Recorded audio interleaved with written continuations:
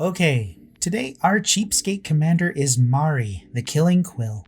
She is a legendary 3/2 vampire assassin for 1 and 2 black that says, whenever a creature an opponent controls dies, exile it with a hit counter on it. Then she says, assassins, mercenaries, and rogues you control have death touch, and whenever this creature deals combat damage to a player, you may remove a hit counter from a card that player owns in exile. If you do, draw a card and create 2 treasure tokens. So what we want to do here is clear a path for our creatures by deleting our opponent's creatures, then dealing damage to them with our creatures. It's a pretty simple game plan, but with the amount of treasures we'll be making, if things go according to plan, we can end the game with some pretty devastating effects in black. And this deck is only $34. Let's start with the meat of the deck, the evasive creatures in our Assassin's Guild. Changeling Outcast is unblockable. Prickly Boggart has Fear, which means it can only be blocked by artifact creatures and black creatures. Vampire Cutthroat has Skulk, which means it can't be blocked by creatures with greater power. And it has Lifelink to help us buy time when we leave ourselves open after attacking. Dune Rider Outlaw has protection from green, so green creatures our opponent's control can't block it. It also says at the beginning of each end step, if it dealt damage to an opponent this turn, put a 1/1 counter on it. Misshapen Fiend is a 1/1 with flying. Midnight Assassin is a 1/2 with flying and death touch. Nighthawk Scavenger is a 1/3 with flying and death touch and lifelink. It also says that its power is equal to 1 plus the number of card types among cards in your opponent's graveyards, which isn't really a huge deal, but I mean, it's not nothing. The Fairy Macabre is a 2/2 with flying. You can also discard it to exile up to 2 target cards from graveyards, just in case your opponents are pulling shenanigans with their graveyard. Una's Blackguard is a 1/1 with flying that says each other rogue creature you control enters the battlefield with an additional 1/1 counter on it. And whenever a creature you control with a 1/1 counter on it deals combat damage to a player, that player discards a card. Skeletal Changeling is a 1/1 that lets you pay 1 and a black to regenerate it, so no one is going to want to block it with a more valuable creature. Vengeful Strangler is interesting.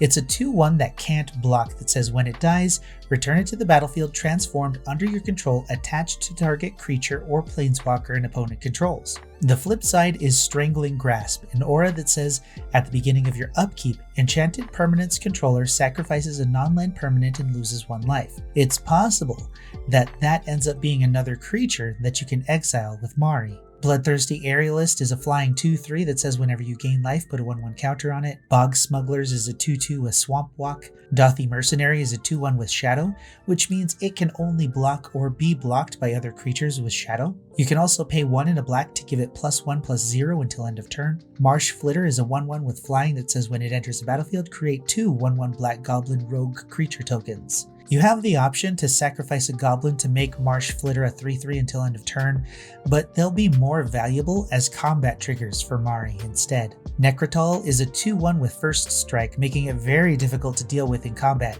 since Mari gives it death touch. But it also says when it enters the battlefield, destroy target non-artifact, non-black creature, and it can't be regenerated. And lastly, we have Nightshade Assassin, a 2/1 with First Strike that says when it enters the battlefield, you may reveal X black cards in your hand. If you do, target creature gets -X/-X until end of turn, and it has Madness for 1 and a black. If we're drawing a lot of cards, we might be able to remove a pretty big threat with this one. To help these creatures get through just in case, we have Shadow Alley Denizen, which will give a creature we control Intimidate when another black creature enters the battlefield. Intimidate is like Fear in this case, but Intimidate says any artifact creatures will block it, and artifact creatures can block it, and only creatures that share a color with it, and in this case it's black, so it's just like Fear. And Thieves' Tools is an equipment for 1 and a black with equip 2 that will give us a treasure when it enters the battlefield, and will make any of our creatures with power 3 or less unblockable. So now we have our list of creatures, we need ways to kill off our opponent's creatures. But before we do that, why don't you assassinate that like button and sub to the channel? Only 4.1% of you who are watching these videos are actually subbed to the channel. And I would really appreciate it if you changed that to help the algorithm get these videos out to more people who would be interested in them. Thanks. Arc Spitter, Pathway Arrows, and Viridian Longbow are all equipments that will let our creatures deal damage to a target creature or player. Since Mari gives them all death touch, that 1 damage will take out creatures very easily, giving our other creatures the chance to get through for damage. Defile is an instant that will give a target creature -1/-1 for each swamp we control.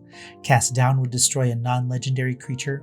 Feed the Swarm will destroy a creature or enchantment an opponent controls, then you lose life equal to its mana value.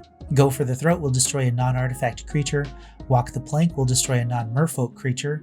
Murder will destroy any creature, and Royal Assassin will destroy any tapped creature. Liliana's Triumph will make each opponent sacrifice a creature.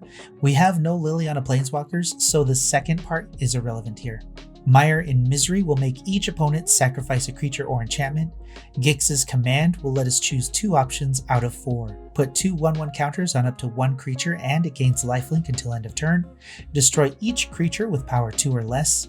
Return up to 2 creature cards from your graveyard to your hand, and each opponent sacrifices a creature with the highest power among creatures they control. Zat's Will let us choose 1 or both if we control our commander. Each opponent sacks a creature they control with the greatest power, and exile all cards from all opponents' graveyards.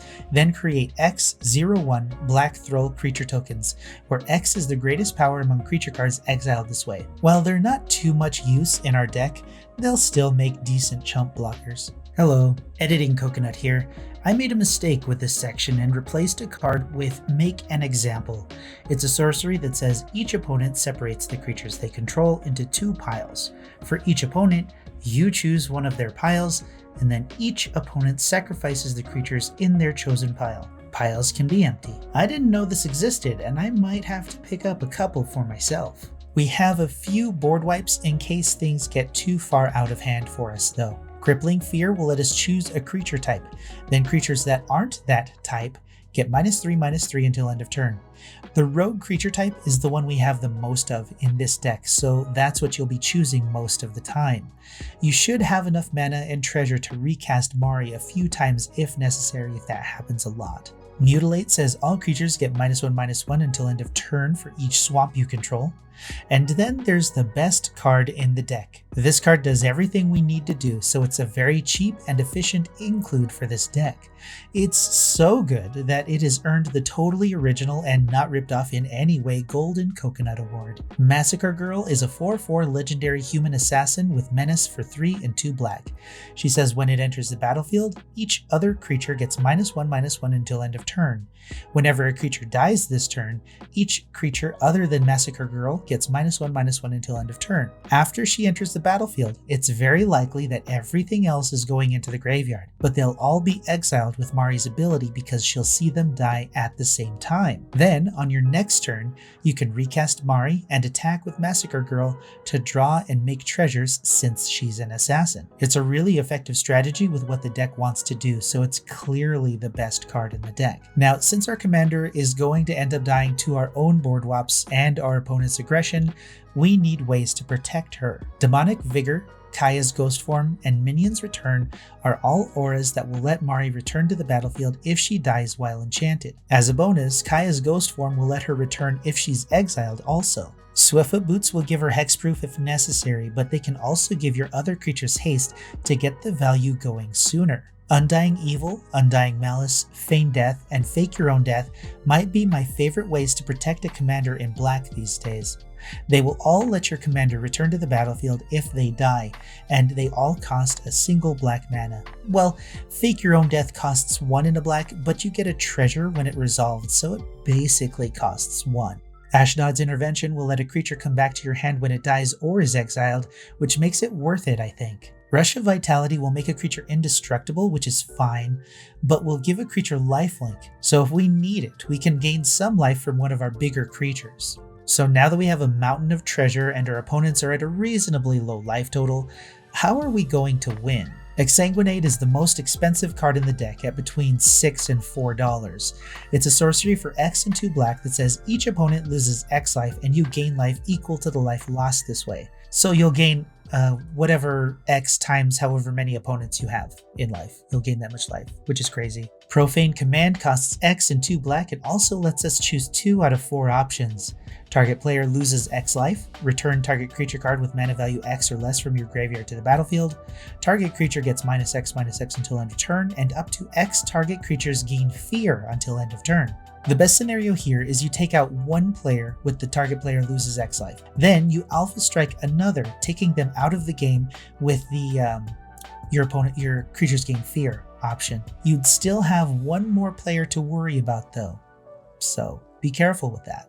Their Number is Legion is a sorcery for X and 4 black that says create X tapped 2/2 black Necron warrior artifact creature tokens. Then you gain life equal to the number of artifacts you control. Then exile it. You can also cast the spell from your graveyard if it's milled for some reason. Then, hopefully, you can untap with all of those Necrons and secure a win. Profane Transfusion might not be worth it, but it's a fun include anyway. It's a sorcery for 6 and 3 black that says 2 target players exchange life totals. You create an XX colorless horror artifact creature token, where X is the difference between the life totals. Whether that works or not is, I don't know, but it would be funny if it worked. The best option here for us though is Marionette Master. For 4 and 2 black, you get a 1/3 Human Artificer with Fabricate 3. Fabricate says when it enters the battlefield, you can either put 3 1/1 counters on it or create 3 1/1 servo tokens. Then it says, whenever an artifact you control is put into a graveyard from the battlefield, target opponent loses life equal to its power, which is usually 4. So sack your treasures and make an opponent lose 4 life for each one. And if you have a lot of treasures over the course of the game, this could win it for you. We have a few miscellaneous cards to fill out our slots and help with our game plan. Horde Robber is a rogue that will make a treasure when it deals combat damage to a player. Zenorum Bandit is a rogue that will make a treasure when it attacks if you pay 1 life. Agent of the Shadow Thieves is an enchantment that says commander creatures you own have, whenever this creature attacks a player, if no opponent has more life than that player, put a 1/1 counter on this creature. It gains Death Touch and Indestructible until end of turn. Our commander will become a bigger threat and will be more likely to get through thanks to its durability. Frog Tosser Banneret is a rogue with haste that says goblin spells, and more importantly, rogue spells you cast cost 1 less to cast. Crashing Drawbridge is a 2-mana artifact creature that will tap to give all of our creatures haste until end of turn. Rogue's Gloves is an equipment for 2 with Equip 2 that says whenever equipped creature deals combat damage to a player, you may draw a card. Illness in the Ranks will give all creature tokens -1/-1, so it could help us deal with token decks so our creatures can get through to deal combat damage easier. Gaunty Lord of Luxury is just a fun include that could get us something good from our opponent's decks. When it enters the battlefield, you look at the top 4 cards of target opponent's library and exile one of them face down. Then, put the rest on the bottom of that library in random order. You may look at and cast the exiled card for as long as it remains exiled, and you may spend mana as though it were mana of any type to cast the spell, so you can still use it even if Gaunty kicks the bucket. And of course, Drana is here because we're in black with a swing with creature strategy.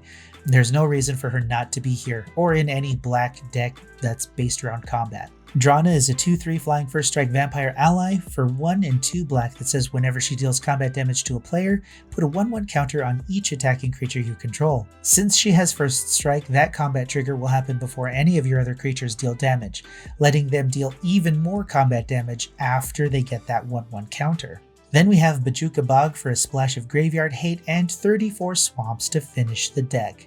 Once we plug that into the TCG player machine, take out all of the bad deals, and minimize our packages to get as low shipping as possible, we get a total of $33.89 with about $5.50 of that in shipping. Now, here's the thing with this deck. There is one single card that would make this deck much more effective. Bitter Blossom is an enchantment for 1 and a black that says at the beginning of your upkeep, you lose 1 life and create a 1/1 black fairy rogue creature token with flying. Having a constant supply of flying rogues will make triggering Mari's ability much easier and efficient. However, that efficiency has a cost of about $25. Certainly not worth the purchase for a budget deck like this, but it's a very good enchantment for any number of strategies you might have in mind, particularly aristocrats. Anyway, that's my Mari the Killing Quill Assassin's Guild budget deck tech. Let me know what you think and what cards you might swap out in the comments below.